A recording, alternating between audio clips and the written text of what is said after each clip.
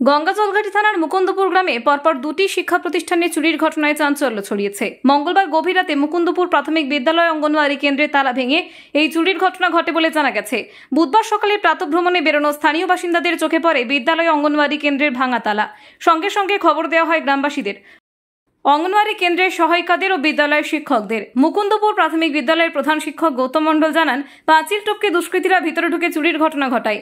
একই সঙ্গে পাশের অঙ্গনওয়াড়ি কেন্দ্র থেকেও জিনিসপত্র খোয়া গেছে বলে তিনি স্বীকার করেন। ঘটনায় স্থানীয়দের মধ্যে আতঙ্ক ও ক্ষোভ ছড়িয়েছে। এদিকে চুরির অভিযোগ পেয়ে পুলিশ তদন্ত শুরু করেছে।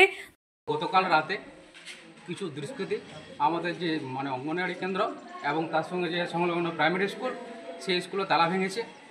অঙ্গনওয়াড়ি কেন্দ্রে 5 লিটার তেল, 25 কেজি মুসুরি, একটা বালতি নিয়েছে, ঠিক আছে। আর আমাদের প্রাইমারি স্কুল ওটা তালা ভেঙেছে, কিছু রান্নার সামগ্রী তাতে নিয়ে গেছে।